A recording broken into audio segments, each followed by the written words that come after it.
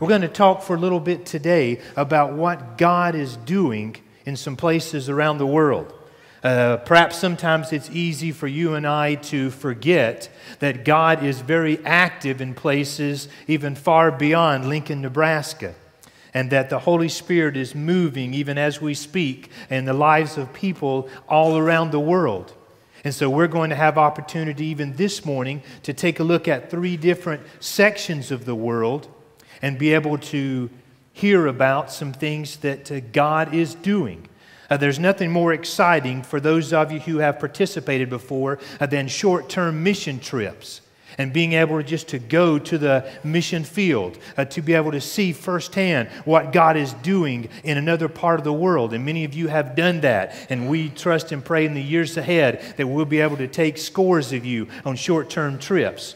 And so today, we're going to be privileged to hear from 3, our illustrious panel up here, from 3 gentlemen that have, when did that get laughter? I don't know, guys.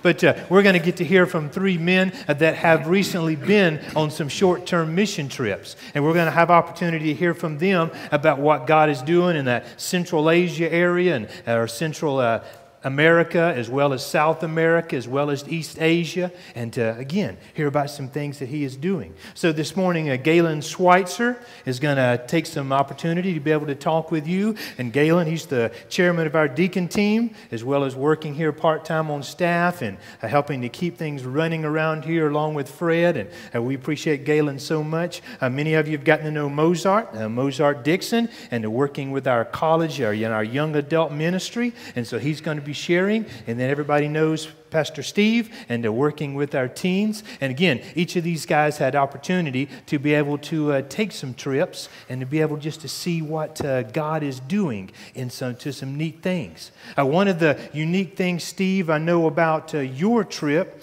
was you got the opportunity to be able to lead some other pastors and to be able to do some training with them, and by that do some great impact in local churches in a part of the world. And we're going to let these guys, through some slides you'll see and as they are speaking, and just to tell us a little bit about exactly what did you do on this recent trip. Tell us about it, Steve. You know, before I get into actually the trip, I want to share with you, back in 2002, we took our first missions trip here as a youth group to Matamoros, Mexico, and it was one of those things that I did simply because it's what youth pastors do. Youth pastors lead youth groups on youth mission trips. And I'd been on one previously and had not had a very good experience. In fact, almost came away and said I'd never do that again, but really felt compelled by God to give that opportunity to our kids and at least try it one time. And so we went down to Matamoros, Mexico in August of 2002, and I was just absolutely blown away. It was a missions trip that was done right. Went through a good organization. While we were there, though, we were exposed to a missions training institute that trained pastors from all over Mexico. And these people, the students in this college, was such a blessing to my life that week. I mean, they ministered to me. I remember they put their hands on me and they prayed for me that God would bless my ministry back in the United States. It was just a very, very powerful week to be around them and to be impacted by them. And so it was then at that point that God had put in my heart, man, I'd like to be involved in training pastors on the mission field in some way. You know, I didn't know how, I didn't know where, or I didn't know when, but God put it back in my heart in 2002. And then last fall, Edwin and Samantha Scott of Pawn Ministries. Pawn Ministry stands for Preparing Approved Workmen for Nicaragua. They approached me about teaching theology at a pastor's conference in Managua that they were going to put on. And when they asked me, I didn't have to think about it. I knew this was the will of God. He had put it in my heart 8 years earlier, and now he was giving me the how, the when, and the where. And so the last week of February, Ben Kramer of Back to the Bible and Rick Mobley, who's accompanied me on nearly every missions trip and youth outing over the last decade, we traveled to Managua, and for 6 or 7 hours a day, I was able to teach a course on systematic theology to pastors. And it was just nothing short of just a miraculous experience. These men were hungry. I had prayed prior to departing that God would remove the language barrier as I would be teaching through a translator, and he did. I mean, the dialogue back and forth was just miraculous, and it was truly one of the highest points of my life. That's Great. We saw one of the slides earlier where you got to celebrate the big 40th birthday while you were there. And they got to throw the cake and all. Two cakes. I got two. Yeah. And the way I understand, Steve, and now that same area, that's where our teens are going this summer, correct? Yes. Boy, they'll have a great time, and Steve has kind of paved the way a bit for that. And a little bit later, we'll get to hear from each of these guys about, again, how their trip really impacted them. I know, Galen, you had opportunity to visit another part of the world and got to go to Ecuador. That's right. And Ecuador is a country that is rich in some of the history of something that took place with some missionaries back in the 50s. And for those of you that are not familiar with that story, let me just inform some of you for the first time and remind many of you of what took place back in that area of Quito, Ecuador. Back in 1956, there was 5 young men that traveled in the jungles of Ecuador, and they were trying to establish communication with a fierce Auca Indian tribe. And some people who their only previous response to the outside world had been to attack all the strangers. And so the men's hearts, though, they were burdened for that particular Indian tribe.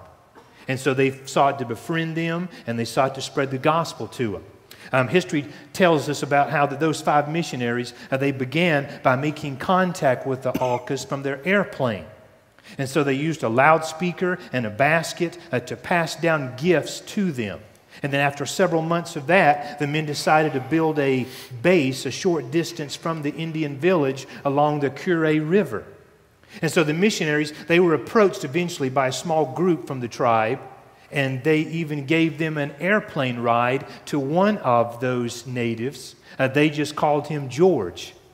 And encouraged by those friendly encounters, they began to plan some visits to the Aucas. But before their visit, this George, he lied back to some of the Auca Indians about what some of the motivation or the intentions were of those missionaries. And so when the missionaries arrived on the beach near the Auca's home, they were ambushed by a group of about 10 warriors, and they killed those 5 missionaries on January the 8th, 1956.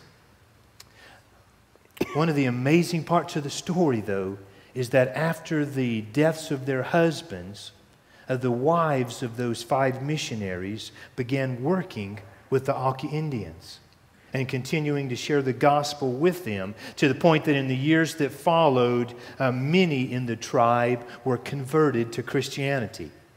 And so the lives of those 5 missionaries became an inspiration to literally millions of people in these last decades. And the sacrificial death that they made has made a profound impact on all kind of generations, and even of a lot of future missionaries have come as a result of hearing about what those missionaries did. Listen to this statement. They challenge us to ask the question, do I love Jesus enough to go to the harshest land, suffer immense hardships? Do I love Him enough to die for Him? And if I do, then what should my life look like today? So those 5 men, Roger, Pete, Jim, Nate, and Ed. Interestingly, before one of the men, Jim Elliot, died, he wrote a statement in his journal that's become quite famous and kind of expresses the attitude of those men. And you see it here before you. He said that he is no fool who gives what he cannot keep to gain that which he cannot lose. And man, what an exciting story that in the 50s came out of this area. And I know, Galen, so you got to be in that area. And as a matter of fact, you remember when those events took place. Not that you were alive back in the 50s, but I guess you were, weren't you? Right? Yeah, I was. Yeah. Tell us about it. Well, I was 16 years old, and I remember very vividly when this happened and the impact that it made on my life at that age. Never did I think that 54 years later, I would have the opportunity to go to Ecuador, into the area where these missionaries worked and started this church, to help build a new church for this congregation. We worked alongside the people in Ecuador. First of all, on Sunday morning, we did go to church with the Ecuadorian people there. And you think Carl preaches long? We had a 2.5-hour service that day. But we enjoyed it very much. We had a young man who was our interpreter who sat right amongst us and would interpret the message as he preached. And our job was to work alongside the local church as they built their church. We were not there to take over and run the site, but we were just there to help. And the only two things that we had that were powered were a chainsaw and a mixer with a gasoline engine on it. The rest of it was all done by hand. And so our job was to prepare the subgrade so we could pour the concrete floor, and also to build the forms for the bond beams that went up. There's the church. You can see that their church is very plain, very simple.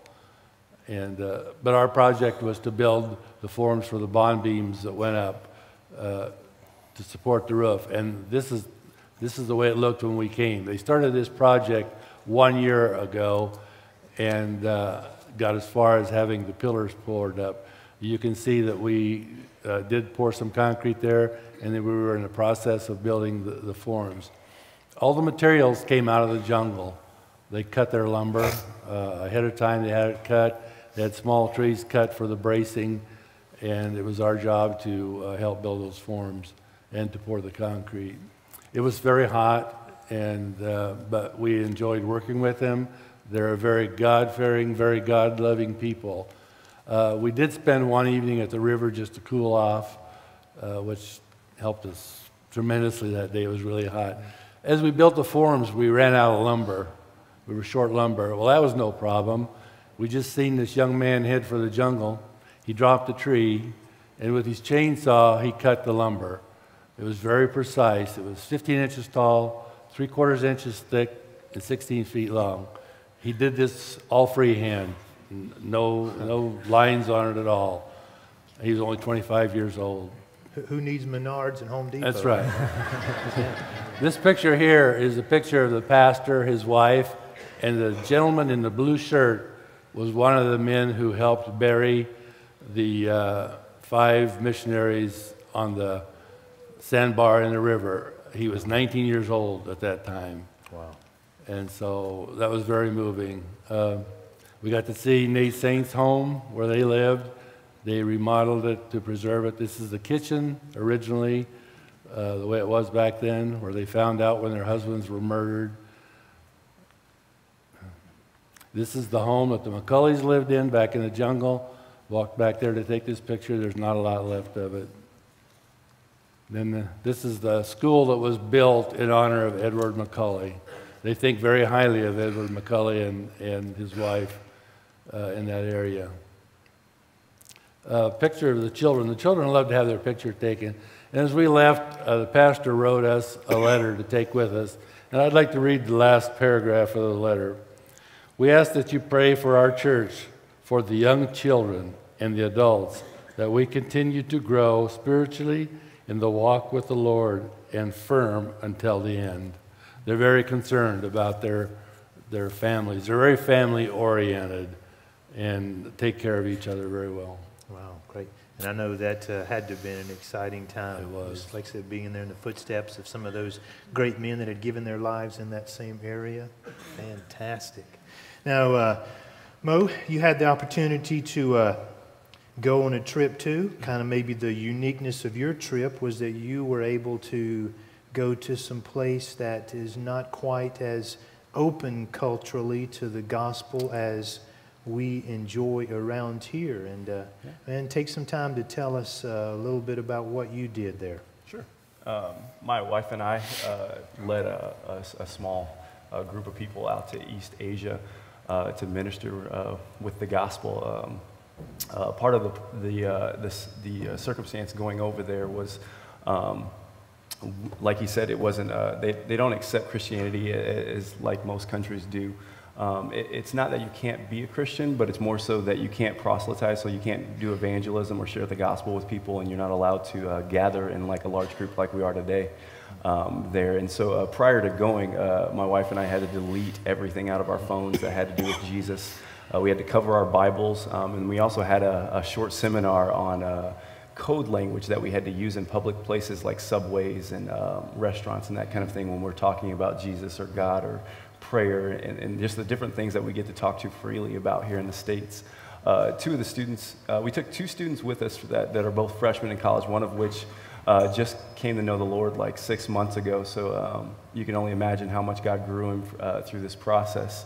Our purpose for actually going on this trip was to help launch on college campuses ministries and also to share the gospel with students.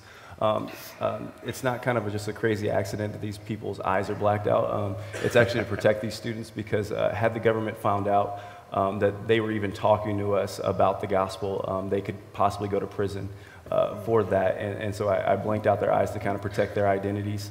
But that's Feng Yuan. I can say their names. That's not a big deal. But and that's Yuga Wei.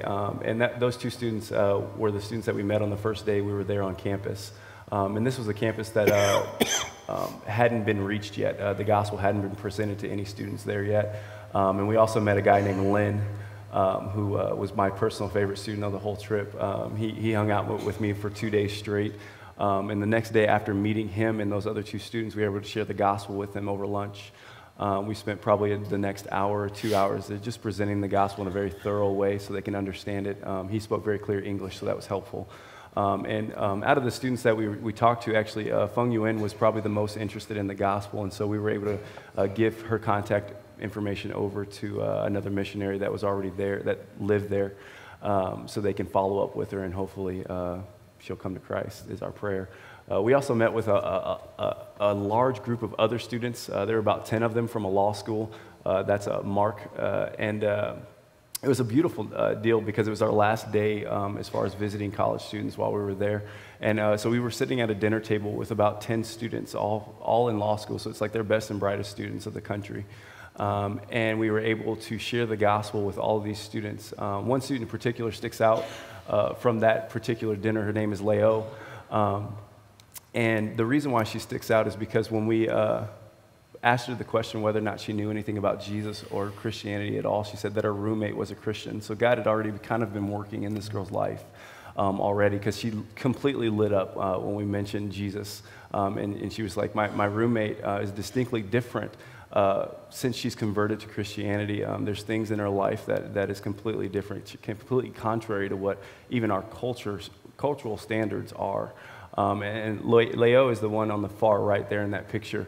And so that was basically the highlight for us, because she was very excited to take that gospel that she read about in our basically a one-page track, and also from our presentation, and take that to her roommate and discuss that more with her. She was very excited to hear about the hope that we find in Jesus.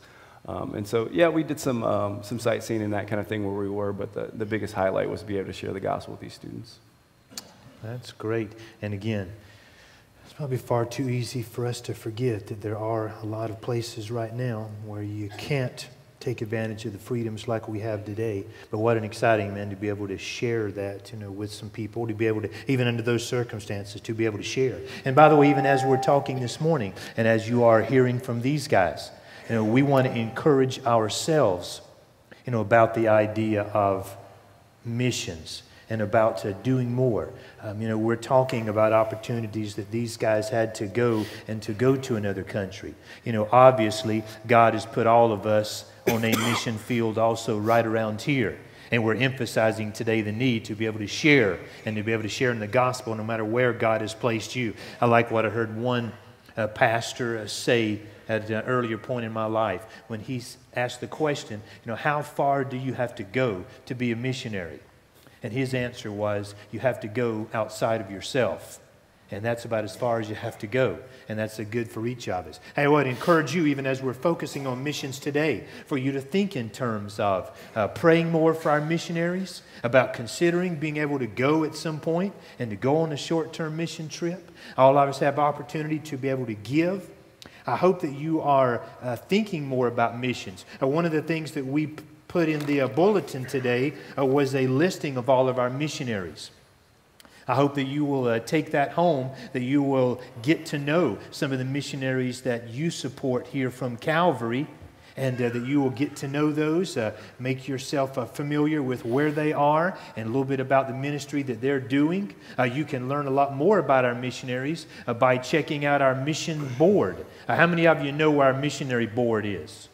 All right? Many of you want to check that out, and it is over by the Royal Room. And so as you kind of head a little bit more towards the south part of our building, we've got an entire bulletin board that has the latest updates from our missionaries and some of their prayer letters. And so just a great place for you. And I know Shannon Hammonds, are you in this service, Shannon? It's so dark, I probably couldn't see you if you waved at me. They're right over here. And so Shannon does a great job in keeping that mission board up to date. And I would encourage you to spend some time there and to learn more about our missionaries and to be able to see what they are up to. You know, we wanted these guys to have a chance now to be able to tell you a little bit about how did this mission trip impact them. They got to do a lot of things, saw a lot of things. I know one of the most important things is how did that affect, you? And so, Galen, tell us a little bit about how did the mission trip affected you, sir? Well, there was many things that went through my mind. But I had to think as I worked over there of the men that made the sacrifice, gave their lives, that the word of God may be spread to that country. And I watched the people, and I seen how happy they are. They love the Lord, and the impact that these men had on their lives, even though they didn't know it. Their wives carried on and were able to touch many lives in Ecuador. And I had to stop and think, what am I doing? Am I doing something that will impact somebody else's life for Christ? I had to look at my own life, and I may have to make some changes, to step out. And I'm always kind of bashful when it comes to share the Word of God with somebody, but He's given me more courage and more strength through this that I'm able to do it now. So I just have to think, what am I doing that will impact somebody else's life and lead them to Christ? Maybe I won't know about it, but I hope through the way I live my life and my speech, I can lead someone to the Lord. Sure, man. And again, wouldn't that be exciting to think that, as you get to share the gospel with somebody else, that in a very real way, those missionaries that gave their lives, even back in the 50s, they are reaching over these generations, and they are, as you said, impacting you, and they, even through their testimony and you being in that country, they have given you more boldness and, given you the even more the desire to be able to do some things. And every one of us need to learn from that, I know. Mozart, again, man, we've got some time. Tell us a little bit about maybe how that your trip affected you and, how it impacted your life. Yeah. Typically, when you go on a mission trip, which the funny thing is I've never stepped outside of the country prior to this experience, so I just kind of go off of what other people have told me, is the thing that impacts you the most a lot of times is the poverty that you see in the areas that you went. But that was very different for me. I didn't see a lot of poverty where I was. The poverty that I saw was the poverty of the soul. And so that was probably the biggest impact that God put on my heart was the fact that the context that I went to was there was not only a language barrier and a cultural barrier, but it was also illegal to share the gospel. And so it was convicting to me that I'm a paid Christian, so I get paid to do mission work, basically. And yet I still am not as bold as I should be with the gospel with my neighbor, the guy that lives next door to me who is from Nebraska, grew up in the similar area that I grew up in. He speaks the same language. Oh, and it's not illegal to do so. And so it's very convicting that I can, if I can share the gospel at the ends of the earth, I can also share the gospel in my own Jerusalem. So that was the biggest impact on my life. And then interesting sometimes how those of it that have been on short-term missions trips, how that it does almost seem like in some ways it is easier to share as we're out there on this mission trip, hundreds or thousands of miles from home, but yet strangely somehow more difficult when we are back here and we are in the backyard and talking to the neighbor across the fence. And again, just all things that Satan and others put in our minds, and a little bit of fear and, not wanting to share. But again, even short-term mission trips like this helps to remind you of that and remind you of that need. And I know, again, Steve, with your situation there and being able to help leaders, but also, like you said, receive an awful lot from them. Take some time and tell us about how that your trip, affected you. And then I know you're also going to take some time and kind of wrap things up and talk to us about, why do all this. But tell us about it. Cleve, almost from the outset, when I received the invitation to go, even though I knew this was something that I'd always wanted to do, immediately there were so many things that came into my life that I could have used as an excuse not to go. I was so close. I need to ask my wife, picking up the phone and just calling Edmund and Samantha and just saying, look, I appreciate the invitation, but I really can't do this. My schedule, as if there's anything more important than sharing the gospel. My schedule and some circumstances that have come into our life just won't let this happen. But I never did that. And fighting through the frustration, one of the frustrations was having to carve out time to prepare a syllabus, because they wanted a written syllabus. The syllabus ended up being about 53 pages that we would pass out to the pastors, and we had to pull all this theological information from multiple sources. And believe it or not, I did that during the week of all the college football games. I really did. Sacrifice. That was a sacrifice that I made. Was, usually watching all that football just for 1 week, I didn't get to do it. But I'm glad. Specifically, what I learned through this trip was just when God is in something, we just need to get out of the way and let God work. And just learn to trust Him, that God will provide the means. And I made all the excuses. I'm going to go down there and I'm going to lecture, and then they're going to translate, and then these guys are going to write, and it's just going to be 6 or 7 hours of boredom. That's what the devil put in my mind. So early on, I began praying, dear God, please let there be a lively dialogue. Let these men challenge me. And, I would go over a particular point of theology, and then they would give me their feedback. And where I was most blessed was one of the pastors says, I'm going to have to search the scriptures to make sure you're telling us the truth. And I said, I want you to do that. And if God allows me to come back here and I'm not telling the truth, then you guys can straighten me out. But just learning to trust God. Specifically, as I was wrapping the syllabus up and I was proofreading it and going over it, the last lesson was on eschatology, which is the doctrine of things to come. And that's always an exciting topic. It'd be a really good way to end the seminar. And so then God almost impressed me to include as another lesson a verse-by-verse exposition of Daniel chapter 9, which is Daniel's prophecy of 70 weeks. And that's typically not something that you would put into a theology lecture, an expositional verse-by-verse lesson. But I went ahead and included it, and when I got down there, as we were driving through the city, we kept seeing these billboards all over Managua that said May 21st, 2011. And I had no idea what it meant. Well, early on in the week, the pastors told me that there was a group of Christians who were using Daniel chapter 9 to predict the end of the world on May 21st, 2011. Wow. And the pastors asked me early on, they said, would you please address this? And I said, that's amazing. I said, because I've just included an expository lesson on Daniel chapter 9. And we did that our very last lesson. And as I realized that why God had me do this was being sensitive enough to listen to His leading. As we wrap this up, Acts chapter 1, verse 8, let me ask you a rhetorical question. 150 years from now, what will your life have counted? What is the role that we all play in God's plan? What we do with the gospel is our lasting legacy. Our wealth will belong to someone else. Our influence will belong to someone else. Everything that we have in this life that we hold dear will all pass away. Our role in God's plan hinges upon what we do with the gospel.